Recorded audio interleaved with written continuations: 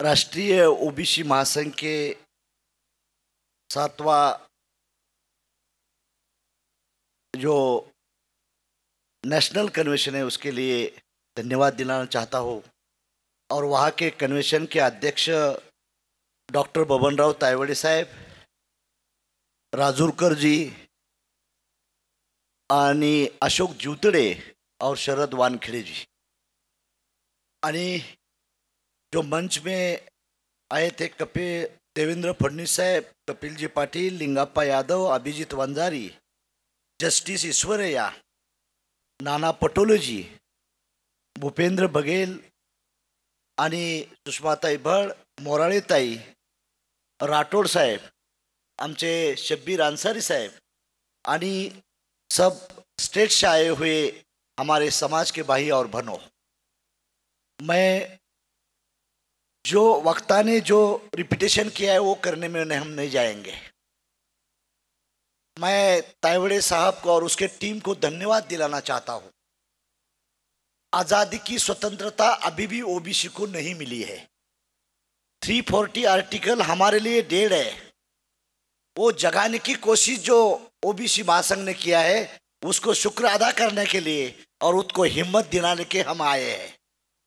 साथियों, मंडल का बंडल बनाने वाला कौन था और अभी भी जो बात कर रहे हैं वो करने वाले हैं क्या?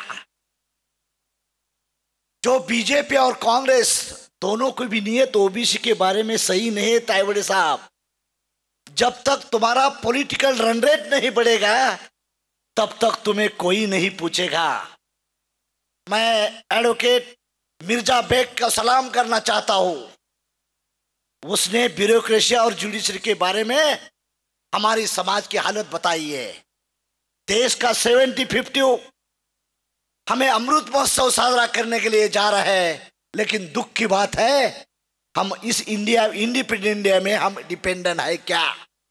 वो भी चीज सोचना चाहिए। हम किसी के खिलाफ बात नहीं करेंगे, किसी के दल के बात खिलाफ नहीं करेंगे। हम ओबीसी खुद को दोषी मानकर एक काम करना चाहते हैं। साहब क्या है, हाईकोर्ट के जज की बात जुडिशरी की छोड़ दो, तुम्हें कुछ भी रिजर्वेशन नहीं मिला। साहब महाराष्ट्र में मैं भी मंत्री था, आपका एजुटेशन था, सातों कन्वेंशनों में आया हो, मिनिस्टर हो या न हो। जिस दिन 12 रूल्स बनाए गए, 2 दिन मंत्रालय चालू करने वाला महादेव जानकारी था, वो रूल निकलने वाले में थे, हम थे। लेकिन जब सेक्रेटरी हमारा नहीं था तो हमारे मानने को तैयार नहीं था, तो एक मुस्लिम आईएएस ऑफिसर ने ये ओबीसी के जीआर पास करने के लिए हमें मदद किया था। मुस्लिम ऑफिसर ने किया था। साहब मैं किसी का चमचा और दलाल बन के यहाँ नहीं आया हूं, मैं ओबीसी का कार्यकर्ता बन के यहाँ आया हूं।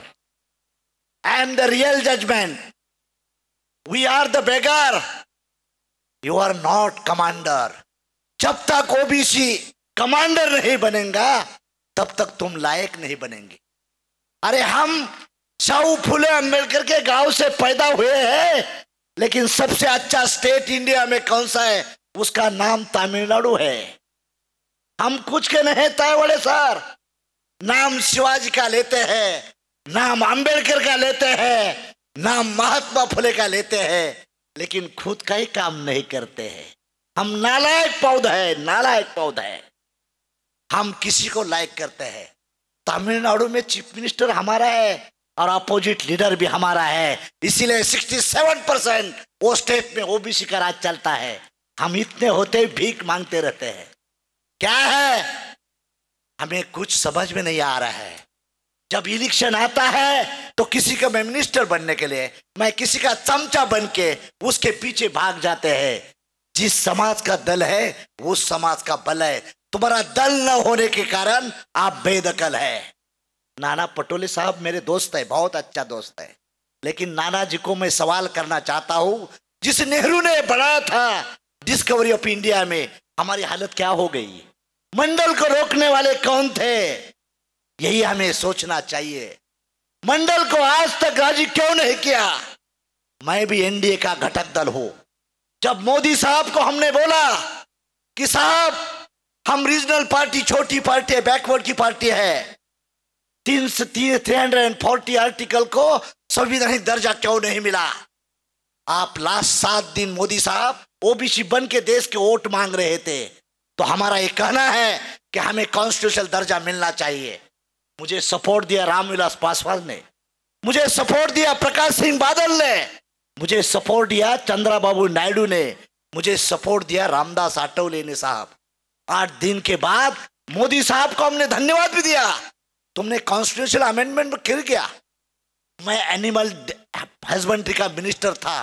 5 करोड़ रुपए देने के बाद महाराष्ट्र में जानवरों की गिनती हो जाती है, लेकिन हमारी कास्ट की सेंसस क्यों नहीं होती?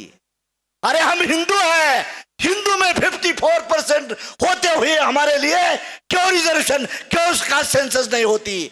तो उसको समझ में है वो पॉलिटिकल वो बड़े बन जाएंगे। तायवड़े साहब, आप ये डिमांड करो कि हमारे ओबीसी के लिए एमएल और एमपी का रिजर्व सीट मिलना चाहिए, बाकी हम देखेंगे क्या करना है। तो तुम कौन देने वाले हैं? हम देने वाले हैं। I am not demander, we are a commander. हमारा पॉपुलेशन ज्यादा है, लेकिन देश में बहुत खराब हो गया है। जिसका वोट ऑफ परसेंट कम है वो हमारे ऊपर बैठे हैं, और जिसका वोट ऑफ ज्यादा है वो भीख मांगते रहते हैं। मुझे टिकट दे दो, मुझे मिनिस्टर करो, मुझे मेंबर ऑफ पार्लियामेंट करो, मुझे गवर्नर करो। ये मांगने वाली औलाद बदलनी चाहिए और राज करने वाली औलाद तैयार करना चाहिए। मिर्जा बेद जैसे वकील, एडवोकेट हमारे समाज में केडर पैदा होना चाहिए। ओबीसी के केडर तैयार होना चाहिए। जब तक ये केडर तैयार नहीं होगा राजूरकर, तब तक हमारा सर्व मसला खराब हो जाएगा। कुछ भी नहीं। मैं मिनिस्टर बनूंगा, चीफ मिनिस्टर बनूंगा, प्राइम मिनिस्टर बनूंगा, और मेरा सेक्रेटरी सुनने वाला कोई नहीं रहेगा। तो तेरी मिनिस्ट्री की किस काम की नहीं होगी? किस काम की नहीं होगी? इसीलिए ब्यूरोक्रेट्स भी हमारे पास पाइए, जुडिशरी भी हमारे पास चाहिए, और बजटरी तरतूद भी बैकवर्ड के लिए मिलनी चाहिए। SC ST को मिलना चाहिए, वो कोई नहीं। अपर कास्ट को मिलना चाहिए, उसको भी हम अपोज नहीं कर रहे। लेकिन हमारा हक क्यों है? हम महात्मा फुले के वारिसदार बताते हैं, महासाहू महाराज के वारिसदार बनाते हैं, बाबा साहब के फॉलोअर बनाते हैं, लेकिन हम कुछ नहीं कर पा रहे, हम बातें कर रहे हैं। ओबीसी को मेरा कहना है, तायवड़े साहब, मैं भी छोटी पार्टी चलाता हूं, मेरी बड़ी पार्टी नहीं है। ओबीसी मेरे साथ सब आते थे। इस देश का प्रधानमंत्री भी हमारे पार्टी का बन सकता है, देश का प्रधानमंत्री बन सकता है। लेकिन हमारे दुख की बात है कि प्रणय फुके के खिलाफ ही नाना पटोले खड़ा किया जाता है। खड़ा करने वाला कौन है वो सोचना चाहिए। हमारे भाई में झगड़ा लगाने वाला कौन है वो सोचना चाहिए। जिस दिन वो समझ में आएगी, तब तक ये देश का मालिक हम बन जाएंगे और बजट की तरतूद हम करेंगे। आपको नहीं बताएंगे? पूछो, I am the ruler of the India, you are not the ruler of the India, I am the ruler of the India. इसीलिए मैं धन्यवाद देना चाहता हूं, तन मन धन के साथ दे और बी पॉलिटिक्स। हमारे ओबीसी भाई बोलते पॉलिटिक्स नहीं, ये गंदा है, पॉलिटिक्स करना चाहिए। अरे एम्स की लड़ाई में हमें अरेस्ट हुआ था, मेडिकल में मिलने वाला ईश्वरैया जय रिटायर जय, उसके बदौलत मिला। उसने जब कोर्ट में नहीं जाता ईश्वरैया, तो हमारे बच्चे को ये नहीं मिलता। काम करने वाले अलग होते, दिखाने वाले अलग होते। महाराष्ट्र में जीआर ऐसा नहीं निकला साहब, आपकी मेहनत थी। राजूरकर, आप लोगों ने मेहनत किया था, लेकिन हम अंदर बैठे थे। कैबिनेट में भी झगड़ा करने वाले हम थे। हम बोले आप नहीं सपोर्ट करेंगे, हम वॉकआउट करेंगे, हम हमारा पार्टी का समर्थन वापस लेंगे। जब तक दबावगढ़ तैयार नहीं करेंगे शब्बीर अंसारी साहब, तब तक कुछ नहीं होगा। हरिभाऊ राठौड़, तब तक कुछ नहीं होगा। हम मांगते रहेंगे, ये देने वाले कुछ नहीं होगी। हम इतने पॉपुलेशन होते हुए भी हमारा क्यों नहीं बन पा रहा है? क्यों नहीं? हमारे आदमी को स्टेट मिनिस्टर आप करते हैं, आप बोलते हैं हमने मिनिस्टर किया है। स्टेट मिनिस्टर को क्या पावर होती है? स्टेट मिनिस्टर को कैबिनेट में बैठने के लिए भी अलाउ नहीं होता। I am a cabinet minister. तो हमारे आदमी को आप स्टेट मिनिस्टर करा के बोलता है कि हमने आपको स्टेट मिनिस्टर किया है। सैनी साहब, हमें मालूम है ना क्या है हरियाणा की क्या पोजीशन है। आप अच्छे बात करते हैं, इसलिए आपको टिकट भी कट दिया है। मेरे पार्टी से लड़ जाओ, आपको टिकट दिया जाएगा।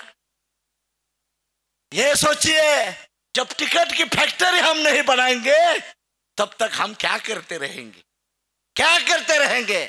इसलिए बार बार तायवड़े साहब, राजूरकर, आपको मैं रिक्वेस्ट कर रहा हूं, मैं आपके बेटे का उम्र हूं, तुम जो पर्यंत पॉलिटिकल सेंसस नहीं तैयार करेंगे, बैंक तैयार नहीं करेंगे, वोट बैंक नहीं तैयार करेंगे, तब तक कांग्रेस और बीजेपी आपके ऊपर राज करेगी। यही सोच के चलना चाहिए। टीडीपी का तेलंगाना का मैं स्वागत करूंगा, लालू का स्वागत करूंगा, मायावती का स्वागत करूंगा। मेरी पार्टी अच्छी नहीं तो तुम पार्टी बनाओ, तेरे साथ मैं अलायंस करूंगा। लेकिन ये दोनों भी हमें बेहिम्मत बनाएंगे, दोनों भी हमें धोखा देंगे, ये सोच के आपको चलना है। इसी के साथ मैं आपको धन्यवाद दिलाना चाहता हूं। जय ओबीसी, जय महात्मा फुले।